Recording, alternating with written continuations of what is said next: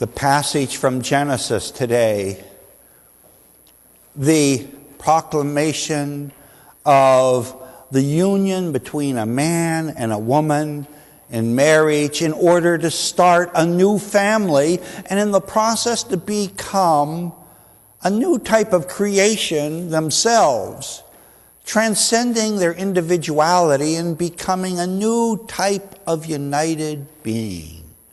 A marvelous image with the promise of filling the earth with the immortal creatures, human beings. A marvelous image. There is nothing like going to a 50th wedding anniversary and seeing a couple surrounded by their children, their grandchildren, and maybe even their great-grandchildren. And the love and intimacy they have born over the crucible of life with all of its heartbreaks, its sorrows, its disappointments, its reversals, its misunderstandings. But if they persevere through it, it's only by a miracle of God's grace, a sacred union, the power of the God of love itself acting in them and through them. In Rome, they've started a synod of bishops to discuss the family, what it means, how important is it, what is marital life now, and what should it be like in the future. In our world, we know there's a great deal of confusion and upheaval on this subject. Our Supreme Court of the United States has just pronounced that a union between same-sex couples should be endorsed by all the states.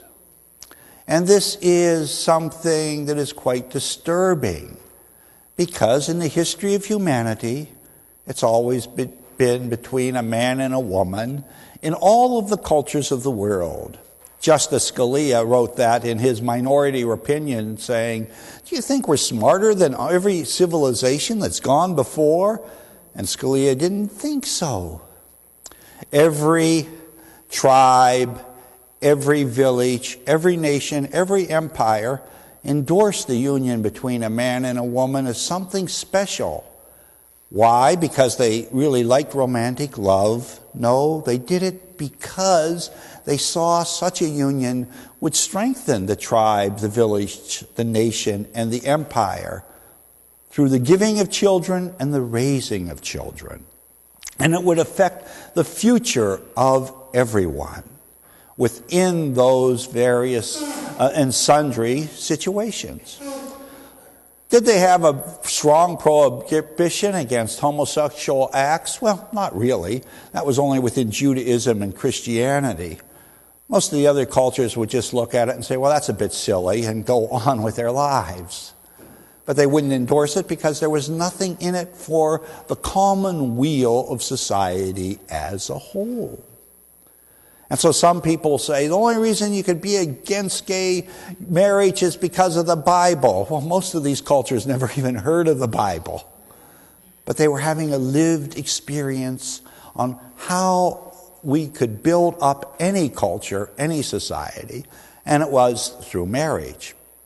And the fertility that came from marriage, as described in today's opening reading. But of course, it was nothing exclusive to Judaism or Christianity. It has spread throughout the world. Now, in the responsorial psalm today, there was this beautiful image of a family surrounded with God-fearing children. What a harmonious situation that should be.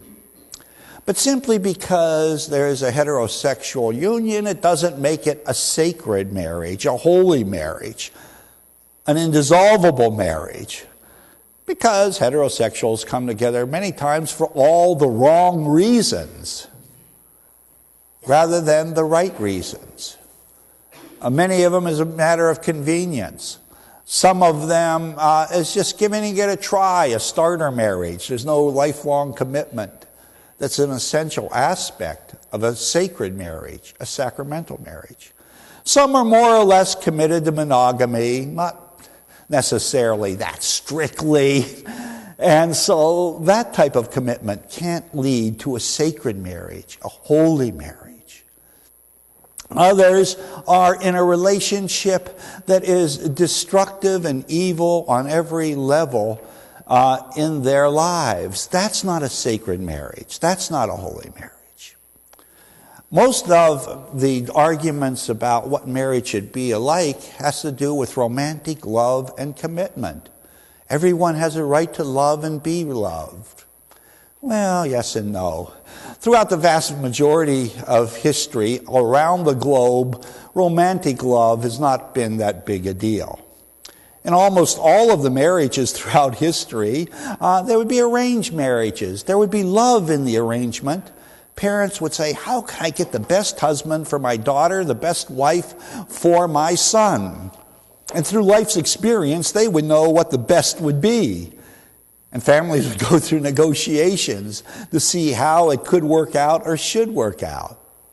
Now we have eHarmony. You answer 40 questions and you're set for life. But that is not the way it's been throughout Asian cultures, throughout African cultures, throughout European cultures, through most of history. If you remember the musical Fiddler on the Roof, the village matchmaker, getting people together. Well, those matchmakers are generally pretty astute. Hey, this family and that family, they can work together on building a future, not only for their children, but for their families. In India today, the world's largest democracy and the world's most diverse democracy, about 80% of the marriages are arranged marriages. And they have a very low divorce rate. People get together. Some of them have hardly met each other before the wedding. And it works out because the people that love them the most picked out the best partner for them. And over the decades, a real romantic love will grow as they share the hardships, the sorrows, the difficulties of life, which are a part of the fabric of being human. They would grow in love, know what love's about, and then start arranging their own children's marriages so that they could what? Be just as miserable as them? No, to be just as happy and fulfilled as they are. But this takes a miracle of God's grace. Any marriage without prayer in it is a marriage that doesn't have a prayer over the long run. How does friendship come about?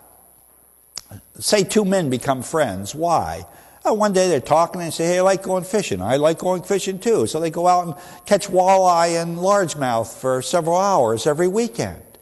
While they're catching the fish, they get to know each other. They have a love greater than themselves, fresh fish. And over the years, as they fish together one year after another, they become closer and closer. Every friendship has to do with people sharing a love greater than the individuals. And the same is true in a man-woman relationship. Well, perhaps they have a shared interest on having a nice house, a nice home, and to have two perfect children. Okay, that's a pretty good thing to have in common. But is that enough? We know even people that have children, love their children, after a while, stop loving one another. They come into a hard, difficult time. They don't know what to do, so they break up. There was a time when people would sacrifice themselves for the sake of the children, say, well, we're both miserable, but the kids like us both being in the house at the same time, so let's stick together till they're 18, then we'll break up. By the time the children become 18, the people have gotten over the rough patch and have learned to love one another in a new and better way. And so we can't act instinctively on the happiness of a moment. But what makes a sacred marriage? I think a sacred marriage can only really take place when both people are not only in love with themselves, with each other, with their children, but also in love with God. To allow the divine to enter that relationship. And then when the marriage becomes miserable, and at certain points due to health, illness, financial reversals, conflicts of interest, every marriage goes through that. Both people will have a spiritual resource to call on greater than the both of them to help them get through that patch. There's an old axiom that if you meet a person in a bar and start romancing and get married, when things get rough in the marriage, the Individuals will head back to the bar. But if you meet a person in church, if you meet a person in some sacred context, when things get rough, both go back to church, get on their knees, and ask for that miracle to keep their love alive, vibrant, and growing. And that's the type of love Jesus talks about in today's gospel that is so desperately needed for our world as a whole. And it's connected with the children. Those children that gathered around Jesus were all products of marriage, of loving unions, of holy people following the way of Judaism. And the apostles were sort of like curmudgeons. Go away, boy, you bother me. And Jesus says, let those kids come. And he hugs them and blesses them and said, why not become like these little children, filled with joy and filled with a hope that the world cannot take from you?